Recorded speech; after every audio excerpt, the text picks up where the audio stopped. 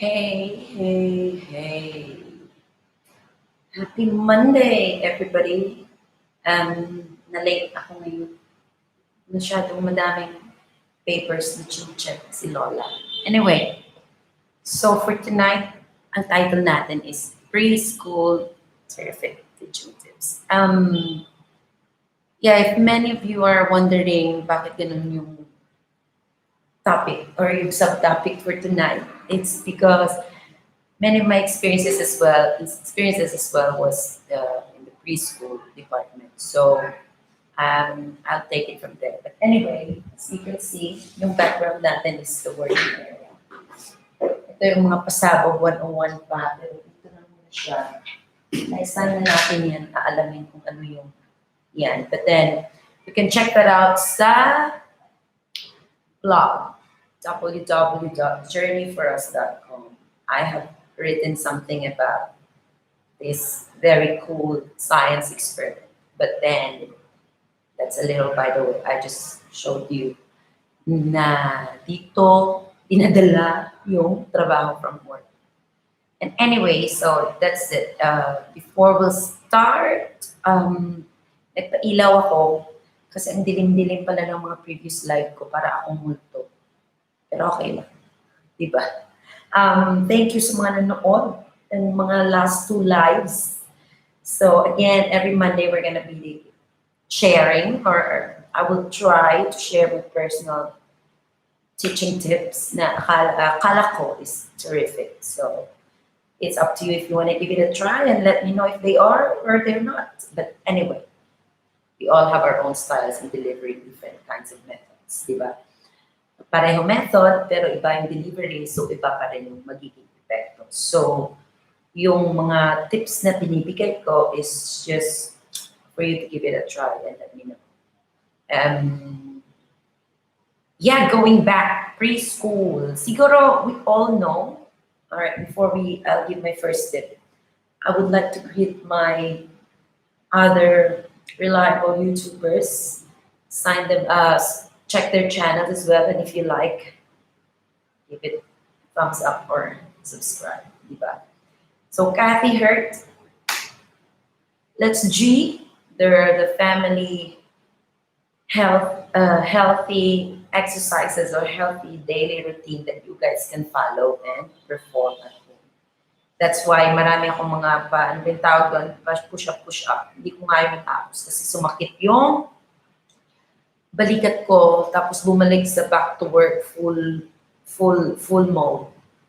So nakakahiya, hindi ko siya natapos, but then masakit lang kasi yung shoulder. And of course, whatever wonderful, everything is wonderful. And this Jenny Paquito, and who else have been my consistent fans. Yung ibang mga fans, wala pang YouTube channel, sa Facebook sila. Also, I would like to thank you all sa nag-share at nag-like at nagpatag ng ng entry number 4 sa Teachers Learning Guild Action in Cambodia page. Check it out, entry number 4. May 4 days pa tayong likes and likes. Alright. I know maraming nagtatanong bakit bumababa yung likes.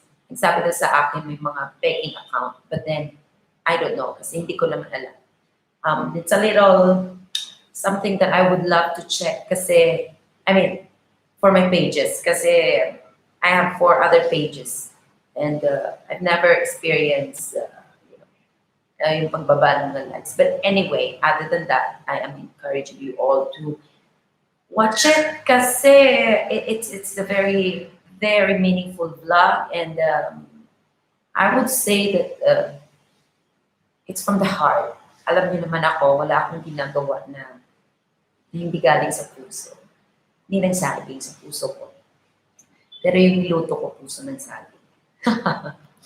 Alright, going back. First tip. Normally, pag nalalaman ng mga tao, talaga, hindi ka lang teacher kung hindi preschool pa. Many people are thinking talaga na napakahirap ng preschool teaching. Which I would say yes, it is very, very challenging, diba? Kasi it's not just your body that is moving or yung utak is moving. It has to be both. your utak and your body and all your senses at the same time. So para ka talaga di-remote pag preschool teacher ka. But then, may tips na ibibigay ko sa inyo ngayon is, kunyari, ay hindi ka kunyari, I mean, feeling mo di-remote ka, but then the students will feel that everything is natural. Alam mo naman yung mga kids, mga bata, alam nila yung totoo at hindi, yung genuine o hindi. So, they will really feel kung peke ka sa kanila, then they will definitely not respond positively sa kung ano man yung gusto mo for them or gusto mong gawin nila. So first tip, other than the most valuable patience that we need to have is be genuine. Be very genuine with what you are saying. Sometimes, hindi enough sa preschool na marinig nila yung sincerity mo. So you have to go with, you have to add your sincerity with your eye contact and with your moves. Pag may sinasabi ka, hindi pwede na sabihin mo lang sa kanila na we will line up after this work. Hindi pwede yung ganon. Parang dapat with your instruction, may eye contact and then with body moves. And it has to be genuine. It has to be realistic.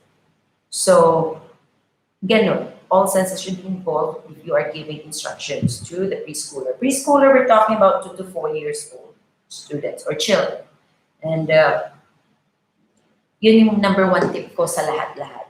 I mean, sometimes, di ba, we can speak very well or you can instruct very good instructions, but then pag kulang ka sa pakamay, pa-smile, hindi makikinig sa'yo yung mga preschoolers. Kaya wag mo na silang sisihin na hindi sila nakikinig sa'yo. Ask yourselves, did I move my hands? Did I look at them? Did I move down or knee down to their level para makita nila yung mata ko?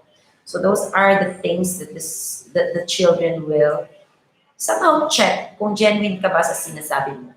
Or, so hindi sila, ganun, napaka-sensitive nila about being real from you.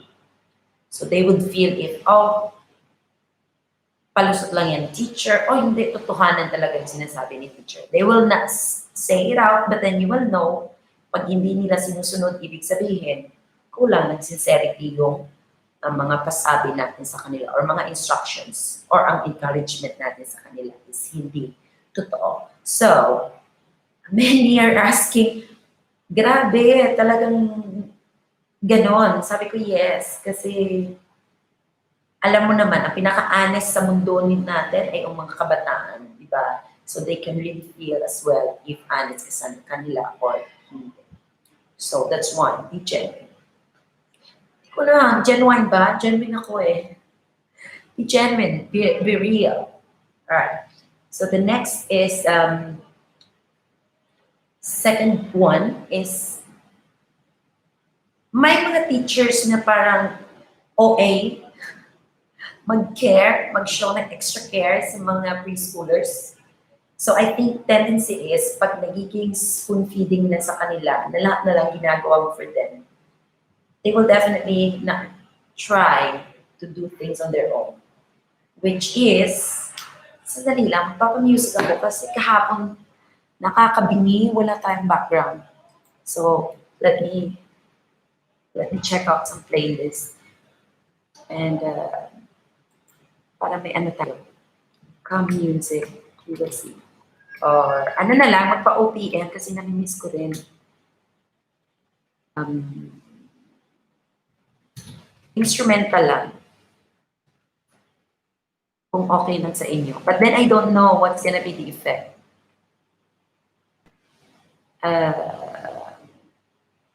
Here we go. Alright. So, hello sa nanonood and please leave a comment if you have something you want to ask. I don't even know how to share this. Let me share. I want to share it sa Facebook kasi mapapagalitan naman ako. Pwede ko namang maano. Can I share it with my page? Ay, hindi. Share to news feed or stories. Share to a page. Alright. Ayun. No, wait a minute guys. I'm trying to share. Ayan, nakasmile na ako sa thumbnail. Kahapon mukha akong aswang.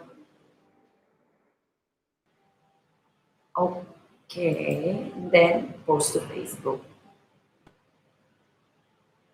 Here we go.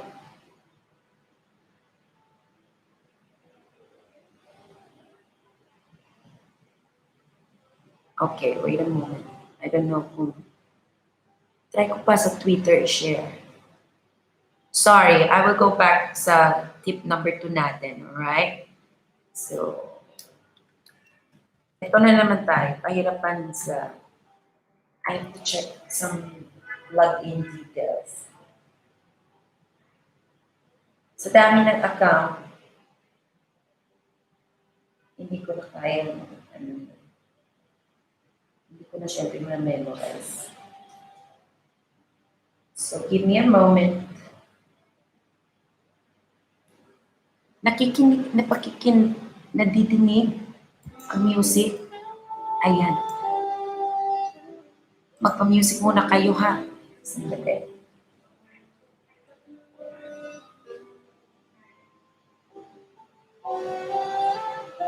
Ano ba yung Twitter? Alright. Naalala ko na.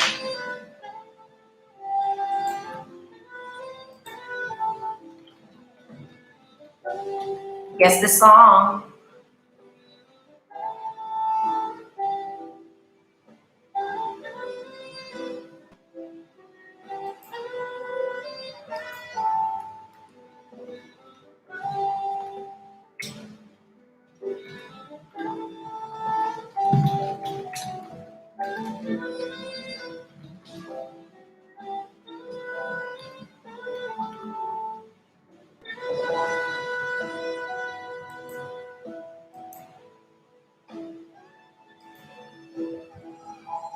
Alright.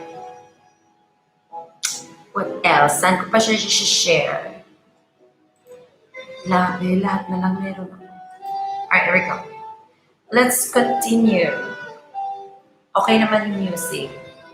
Hi sa mga nanonood. Pwede kayong shout out ng mga channel niya. Alright, I was forgetting something. Alright, nakaka-istorbo yung yung kanta. Gusto kong mag-video. Okay. Alright, so, yun. I was saying na ang ibang teachers is parang super spoon-fed yung mga estudyante. So they were not, some students are not able to, to try to be independent anymore. They used to, they're very dependent. So kumbaga, andyan na nakalagi. So,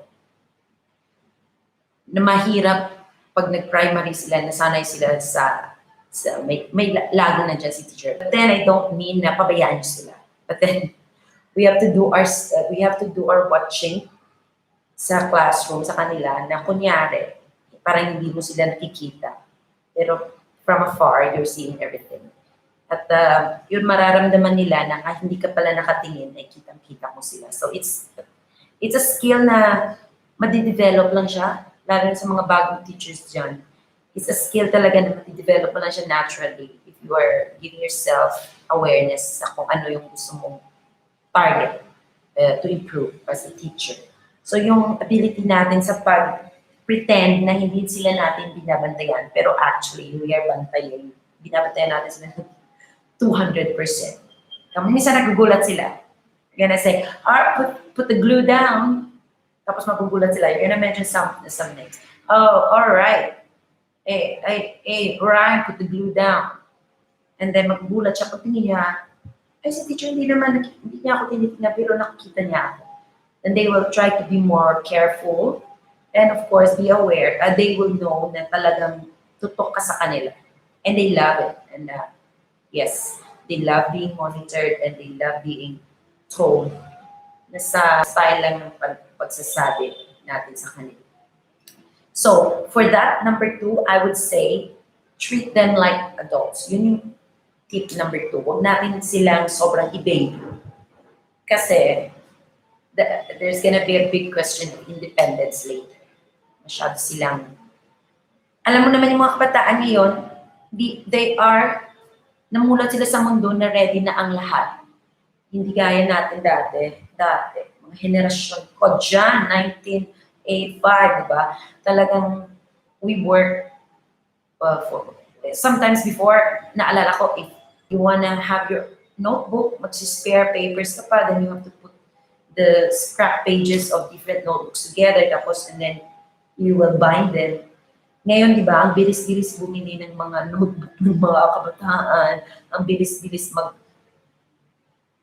instant kasi ang lahat, namulat sila sa instant world. So, akala nila, instantly, nandyan ka rin, all the time. Which is sad kung hindi nila matututunan yung independence, during their early years of life. Kasi, masakit sa ulo, lalo na sa mga parents na hindi sanay ang mga anak nila na maging independent. So, treat them like adults, but monitored at all times. Ayaw nating magkaroon ng problema ng negligence or kung ano naman. So, we have to be very smart in tip number 2, saying treating them like adults. Kasi, you have to do it secretly. Kunyari lang na hindi ka nanonood kasi then their real selves will come out. Diba? Pag alam nila na literally tinitingnan mo, they will never move, they will never express any kind of emotions. Kasi alam nila na tinitingnan mo sila. But then, if you will do it in a very smart way, kunyari hindi ka nanonood, but then, kita-kita mo, then give a little reminders. Not just in reminders. If you see something good, you have to, or we have to, acknowledge their success or their good job. And recommend or re-instruct if there are things na kailangan nila. Correct. But then, we're talking about preschoolers, wherein most likely it's just exploration. Safety is our first priority. Mostly, safety rules lang naman yung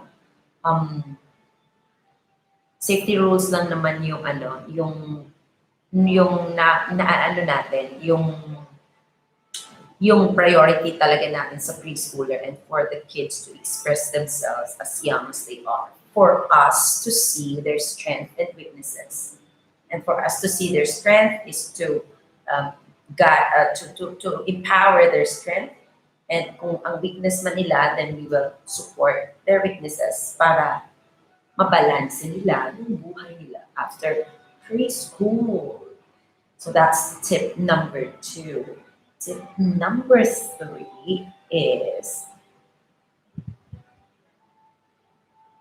patience. Yung very cliche na sinasabi nilang patience. But then I will add some little points about how you express your patience. Kasi ang hirap, di ba? Sometimes you're expressing patience through your words, pero yung mukha mo, hindi mo lang pasensya. Or the other way around. Di ba? So dapat yung expression ng mukha and ang pananalita about showing your patience to these kids, because of course they're always hungry for your attention. And itatry talaga nila na kunin yung attention mo and mabigay yung akala nila na dapat bibigay mo sa kanila lang. So they are very, how do you call it? Possessive then. They're possessive of your attention as a teacher. I doubt they are seeing their friends as their friends, but they are definitely seeing themselves sa school na sila lang. So, kaya namin tinatawag tayong parallel play. Kasi yung iba, parallel play pa lang. So, yung iba naman, pwede na silang group play. Nakalimutan ko yung term. So, ganun. So, most likely, akala nila ang mundo is sila pa lang yung sa mundo. Diba? Ganyan naman dapat. Ganyan naman talaga, diba? The younger we were, we cannot think na Tayo lang yung sa mundo. As the older you get, then you get to realize that we are here with everybody, or with not just everybody, but with everything. So patience would go with your words and with your facial expressions, and at the same time sa kilos mo. So, not just the sincerity, so nandun din yung pasensya. Dapat ipakita mo rin yung pasensya mo. I was going back sa mga previous years, I will not deny na may mga times talaga na iba na reach talaga yung burnout moment natin wherein talagang na exhaustion na, di ba? And it was never a perfect preschool teaching experiences, or even right now, wala namang perfect day, but at least we can make our days the best if it's not perfect. Kaya, yeah, of course, may mga moments before na nawawala ang pasensya ko. I can only imagine kung sino sa mga estudyante ko yung kaya pang i-recall, teacher, ganito ka dati, mga itsura natin na hindi pasensyoso sa kanila. So, but then, hindi naman kadalasan nangyayari yun. It's very rare. So, parang hindi lang yung stake ang rare minsan. Minsan pasensya. I mean, ang pag-outburst ng pasensya. Pag wala ng pasensya is rare din in my case. I don't think I can feel good if I know for the fact na nauubos yung pasensya ko halos araw-araw. Diba? Nakakalungkot naman kung gano'n. Kaya, breathe in, breathe out tayong mga teachers, preschool teachers. My favorite tip is number 4. As teachers, we should give, actually not just for preschoolers, but then I will highlight this sa preschoolers kasi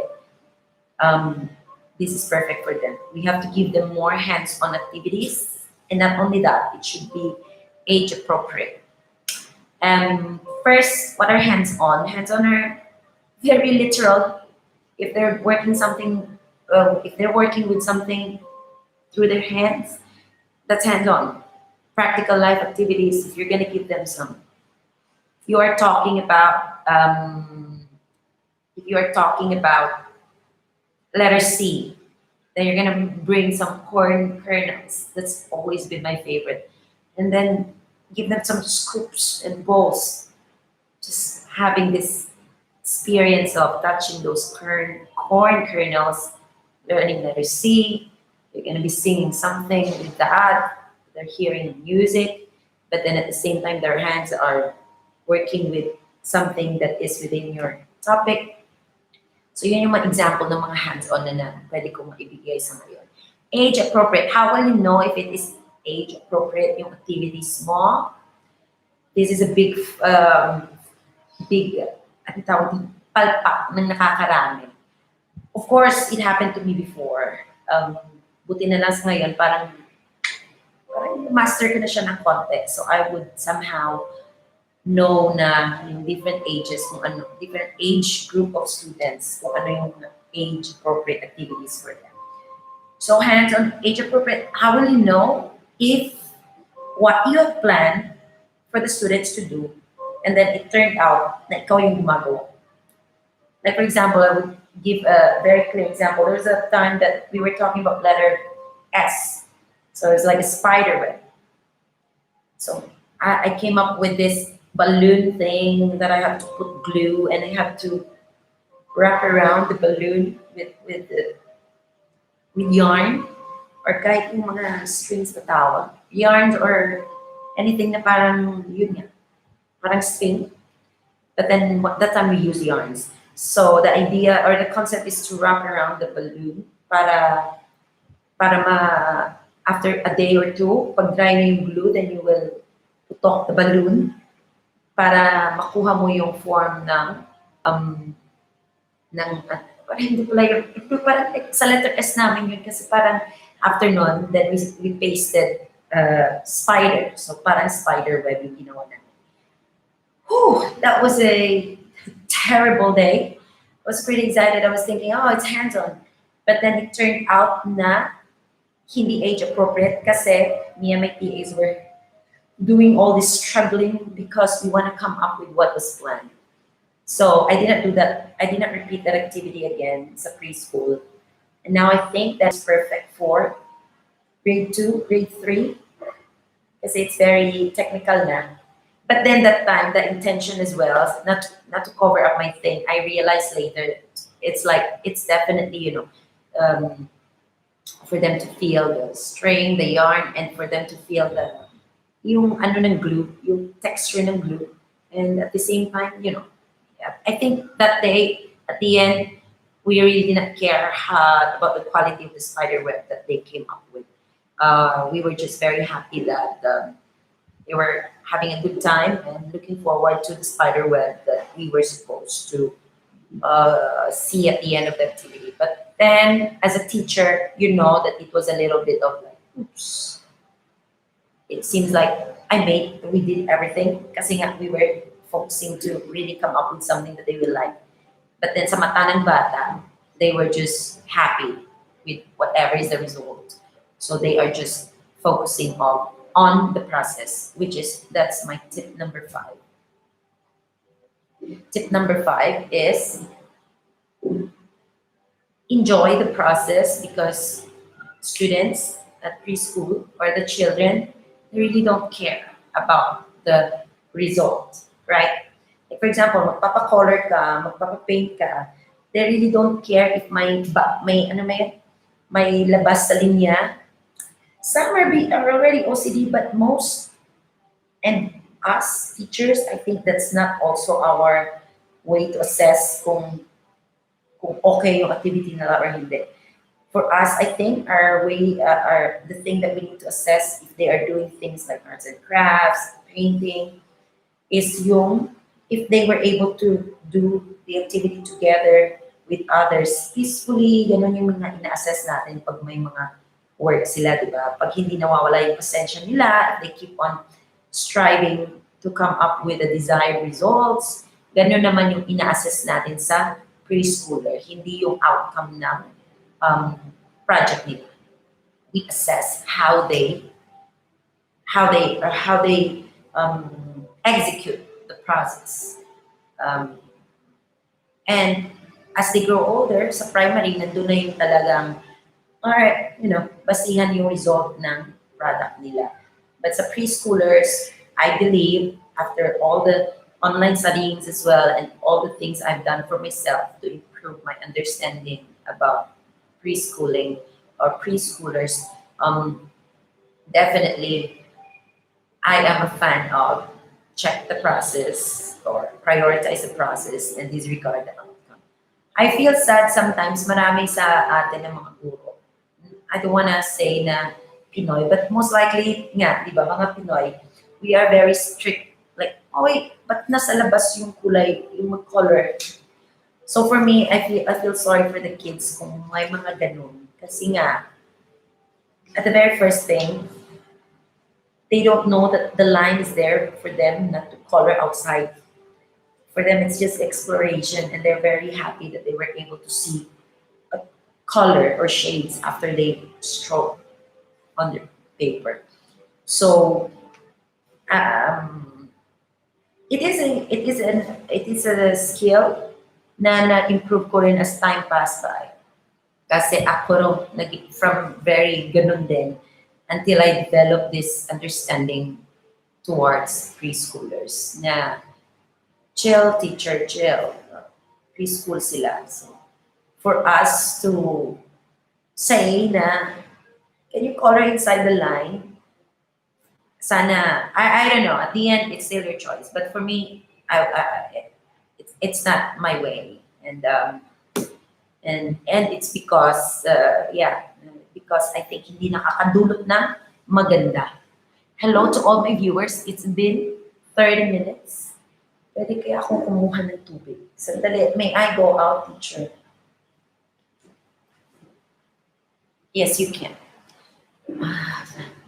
Mm. Di ba ganito yung tasa ko sa vlog, na walang kaplano-plano, tapos ganun yung gawa ko. Gumanon ako. Ayan, ang sesaya. Ganun, di ba? Ganun gawa ko. So that's 5 tips already. We will see kung may magpaano muna tayo, tawag doon, magpa, magpapatunog ako ng namimiss kong OPM.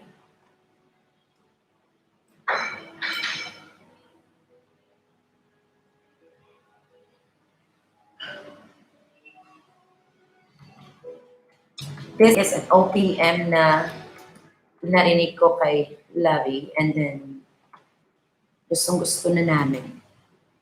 Pero sa kabisihan niya ngayon, parang, ayan. Papasound muna tayo. Break. I'm gonna check first. May nag-comment kasi. Sandali.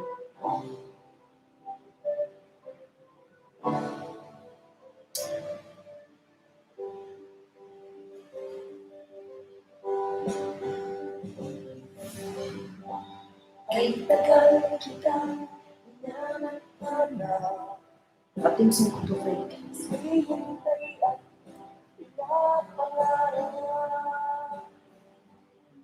Nakita ka, hindi ako papayag. Napiling ko, mawalay pa. Nawalay sila'y ibibigay sa'yo. Lahat ng gusto mo ay susundin ko. Again, don't forget, this is the Facebook page of Teachers Learning Guild in Action. Teachers Learning Guild Action in Cambodia. Ganun pala. Pasensya naman, mga. May medyo lang. Medyo madaming page na yan na kinakabisado.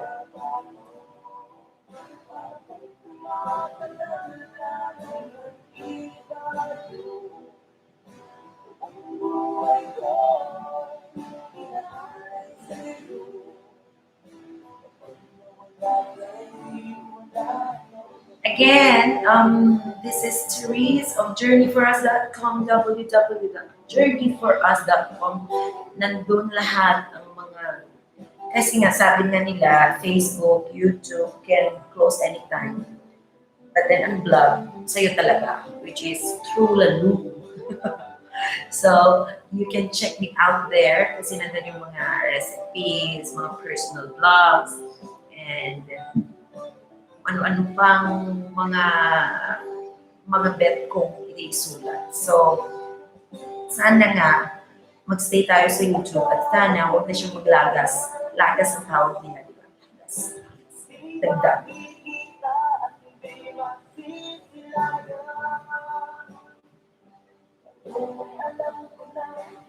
Sandali lang ha, kasi kailangan ko silang reply agad kasi baka isipin nila na hindi tayo legit. Sinong nanonood? Can you leave can you type in comments?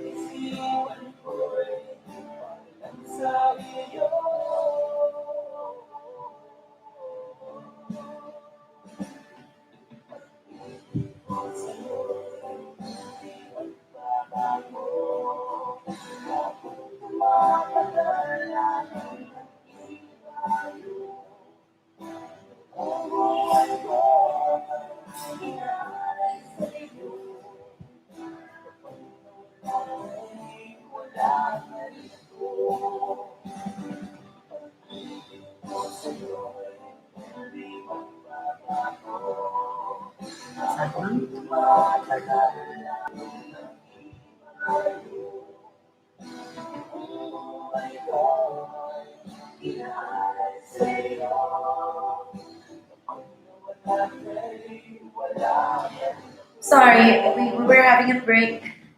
And thanks to all who are watching. And I have given 5 preschool teaching tips for tonight. And that is, or those are, be genuine, treat them like adults, treat your students like adults or the children, patience with your words, actions, and look.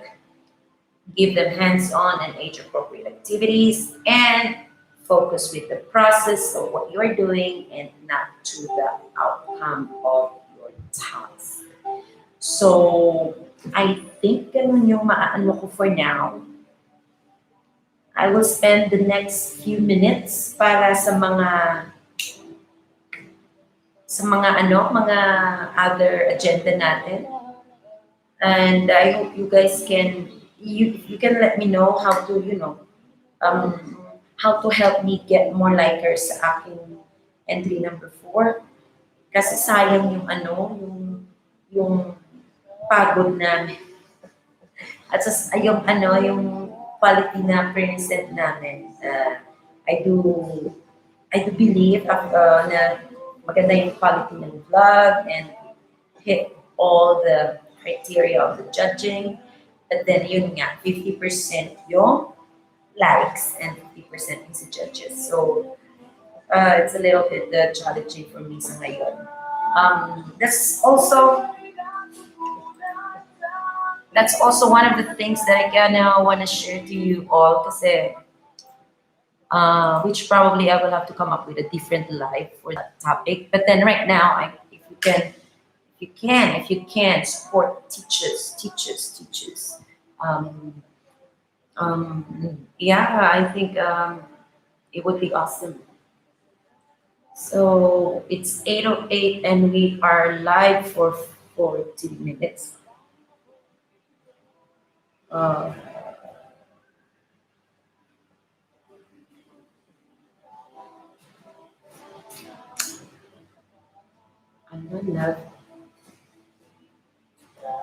I'm done with the 5 tips. Still recording. Yeah. 5 minutes. Yeah. So, No trust.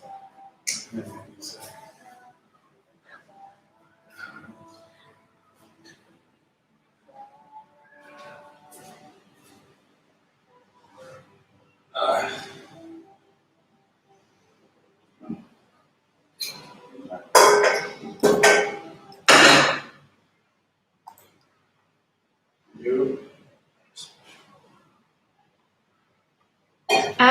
okay, so I think that's it for tonight. And I'll catch you soon.